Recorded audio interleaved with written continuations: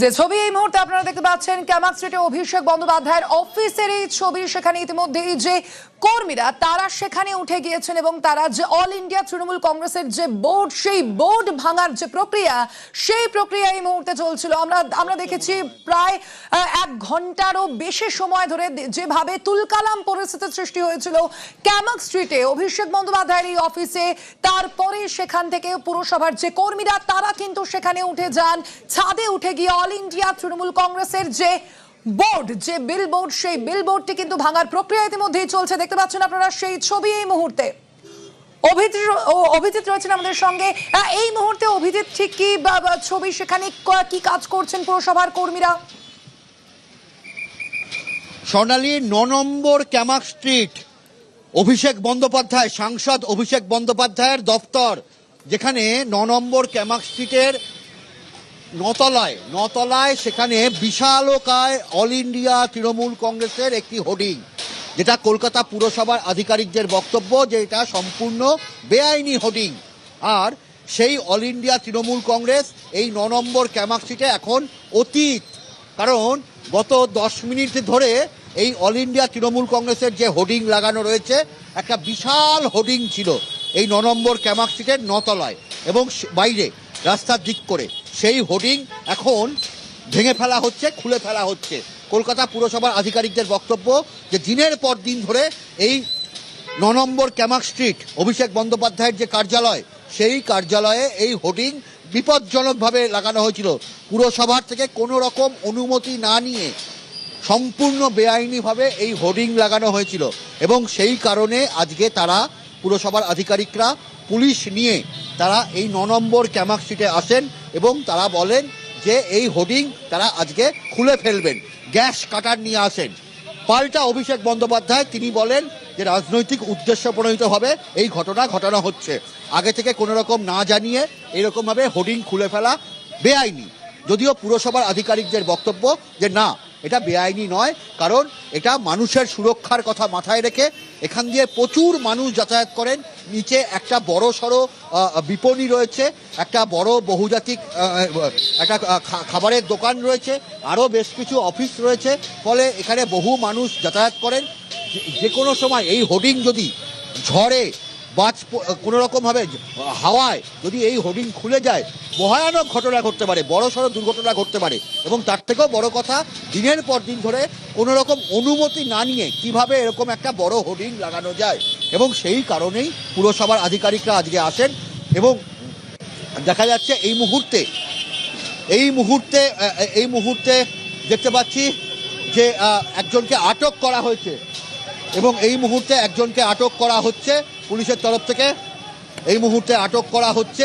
একটা যে পরিস্থিতি এখন এখানকার দেখা যাচ্ছে যে যারা তৃণমূল কংগ্রেসের কিছু কর্মী সমর্থক এখানে জড়ো হয়েছেন এবং তাদের বিরুদ্ধে অভিযোগ, পুলিশের অভিযোগ যে বাধা দেওয়া হচ্ছে তৃণমূল কংগ্রেসের কর্মী সমর্থকদের একাংশ এই পুলিশের কাজে, পুরসভার কাজে বাধা দিচ্ছেন। সাংসদ অভিষেক বন্দ্যোপাধ্যায়ের কার্যালয় এই 9 নম্বর ক্যামাক স্ট্রিট, দিনের পর দিন ধরে এই ক্যামাক স্ট্রিট এক প্রকার দুর্ভেদ্য দুর্গেও পরিণত হয়েছিল। তবে পালা বদলের পর দেখা যাচ্ছে যে পুরসভার তরফ থেকে এখানে অভিযোগ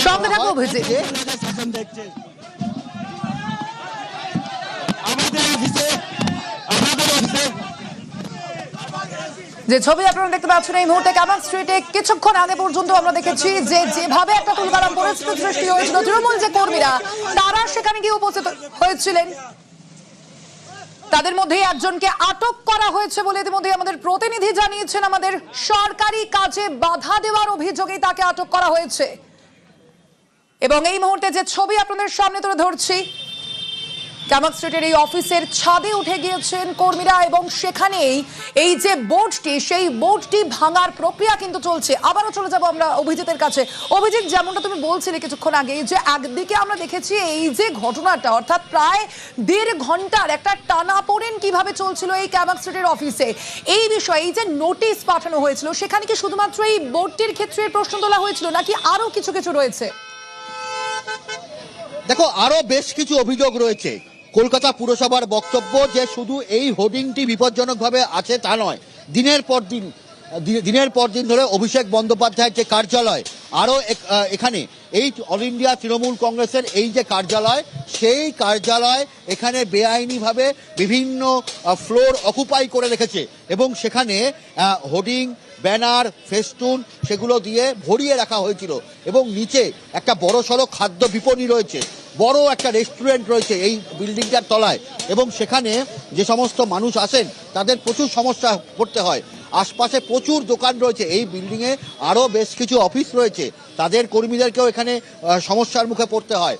ফলে দিনের পর দিন ধরে এখানে পুরসভার তরফ থেকে বলা হচ্ছে যে অভিষেক বন্দ্যোপাধ্যায়ের এই দলীয় কার্যালয়ে সেখানে বলা হয়েছিল যে তারা যেন অবিলম্বে এই হোর্ডিং সরিয়ে নেয়, বিভিন্ন ব্যানার, ফেস্টুন যেগুলো রয়েছে, যেগুলো বিভিন্ন জায়গাতে ডাম্প করা রয়েছিল সেগুলো যেন তারা সরিয়ে নেয় এবং কোনো রকম বেআইনি কাজ থেকে তারা যেন বিরত থাকেন। কিন্তু অভিষেক বন্দ্যোপাধ্যায়ের এই দলীয় কার্যালয়ের সেখানটা সম্পূর্ণভাবে একটা জিনিসও তারা মানেননি, কোনো রকমভাবে এই হোর্ডিং সরানো তো দূরে থাকুক, বাকি যে বেআইনি কাজের যে অভিযোগ সেই কাজগুলোকে তারা কোনো রকমভাবেই গুরুত্ব দেয়নি। সেই কারণেই আজকে পুরসভার তরফ থেকে এবং পুলিশের তরফ থেকে যৌথ অভিযান এবং খুব দ্রুত এই ব্যবস্থা গ্রহণ করা হয়েছে এবং অভিষেকের অফিসে যে পরিস্থিতি দেখতে পাচ্ছেন, ক্যামাক সিটির অফিসে পুলিশ এবং পুরো কর্মীরা পৌঁছয়। আমরা চলে যাব আরো এক প্রতিনিধি আবির রয়েছেন আমাদের সঙ্গে। আবির, একটা বিষয় খুব স্পষ্ট যে এখন আমরা দেখতে পাচ্ছি যে কাজ চলছে, যে বোর্ড সরানোর যে কাজ চলছে, তার পাশাপাশি আমরা দেখতে পেলাম যে এখনো পর্যন্ত একজনকে আটক করা হয়েছে। তবে আর কি আপডেট রয়েছে এই মুহূর্তে?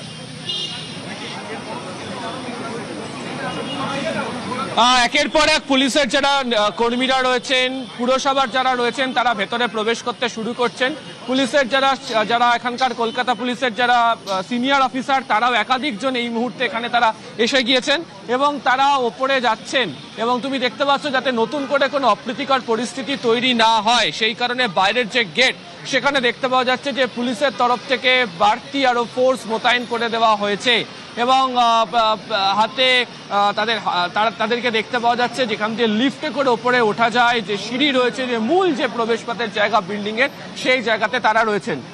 বাইরের দিকের অংশ ইতিমধ্যে বেশ কয়েকজন তৃণমূল কংগ্রেসের যারা নেতা কর্মীরা তারা এসে উপস্থিত হচ্ছেন এবং যেহেতু আগামীকাল ছাত্র সমাবেশ রয়েছে, সেই ছাত্র সমাবেশে যোগ দেওয়ার জন্য তারা এসেছিলেন, তারাও খবর পেয়ে চলে আসেন এবং আমরা দেখি হুড়মুড়িয়ে কার্যত তারা ভেঙে পড়েছিলেন, ভেতরে ঢুকে পড়েছিলেন, তারাই এই মুহূর্তে ওপরে রয়েছে। কিছুক্ষণ আগেও সোশ্যাল মিডিয়া লাইভে এসে অভিষেক বন্দ্যোপাধ্যায় ওপরের পরিস্থিতি কি তিনি সেই সম্পর্কে জানাচ্ছিলেন এবং তার বক্তব্য হচ্ছে যে যেভাবে প্রাইভেট প্রপার্টির মধ্যে ঢুকে পড়া হয়েছে সেটাকে নিয়ে তাদের তরফ থেকে তীব্র আপত্তির কথা বারবার ধরে বলা হচ্ছে এবং তাদের তরফ থেকে বারবার ধরে বলা হচ্ছে এবং কেন এই পরিস্থিতি, বিশেষ করে 28শে আগস্টের আগের দিন কেন এই ধরনের পরিস্থিতি তৈরি করা হচ্ছে তা নিয়ে তারা প্রশ্ন তুলছেন। অন্যদিকে দেখিয়ে রাখবো যে বহু যারা তৃণমূল কংগ্রেসের যারা কর্মীরা রয়েছেন তারাও এই মুহূর্তে বাইরে জমায়েত করে রয়েছেন, তারাও এখানে অপেক্ষা করছেন। ফলে যে পরিস্থিতি গত কয়েক ঘন্টা জুড়ে তুমি দেখেছো যে পরিস্থিতি এখানে কি হয়ে রয়েছে এবং সেই পরিস্থিতিকে আঁচ করে একদিকে যেমন পুলিশ বাড়ানো হয়েছে, তেমনি তৃণমূল কংগ্রেসের যারা নেতা কর্মীরা যারা রয়েছেন তারাও এখানে ভিড় জমাতে শুরু করে দিয়েছেন। কলকাতা পুরসভার জানতে চাইবো তোমার কাছে যে এই যে প্রায় 1 থেকে 1.5 ঘন্টার একটা পরিস্থিতি, একটা তুলকালাম পরিস্থিতি আমরা দেখেছি, অভিষেক বন্দ্যোপাধ্যায়ের সঙ্গে পর্যন্ত পুলিশের তর্কাতর্কি হয়েছে, তৃণমূল সাংসদের এই বিষয়ে কি বক্তব্য?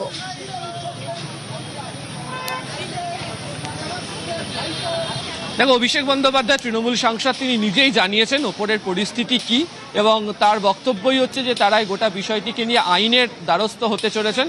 তিনি উল্লেখও করেছেন যে তারা এই বিষয় নিয়ে কোর্টে তারা আবেদন করবেন এবং তার বক্তব্য হচ্ছে যে এটা প্রাইভেট প্রপার্টি, সেখানে এইভাবে ঢুকে পড়ার চেষ্টা করা যায় না, এটা কার্যত জোর করে ঢুকে পড়ার চেষ্টা এবং সেটা তারা বলছেন যে আইন বিরুদ্ধ কাজ। এবং তোমাকে দেখিয়ে রাখবো যে এই বিল্ডিংয়ে অভিষেক বন্দ্যোপাধ্যায়ের অফিস ছাড়াও এখানে একাধিক যে সংস্থার যে অফিস এখানে রয়েছে এবং তুমি দেখতেই পাচ্ছ যে এখানে 3টি আরো অন্যান্য সংস্থা, এই 3টে অন্যান্য সংস্থার অফিস রয়েছে। সেই অফিসের যারা কর্মীরা রয়েছেন তারা অনেকে আটকে পড়েছিলেন, তাদেরকেও পুলিশের তরফ থেকে নামিয়ে দেওয়া হয়, তাদেরকেও বার করে দেওয়া হয় এবং বহু তৃণমূল কংগ্রেসের নেতা কর্মীরা যারা ছিলেন তারা নিজে থেকেই নেমে আসতে চান এবং তারপরে দেখতে পাওয়া গেল যে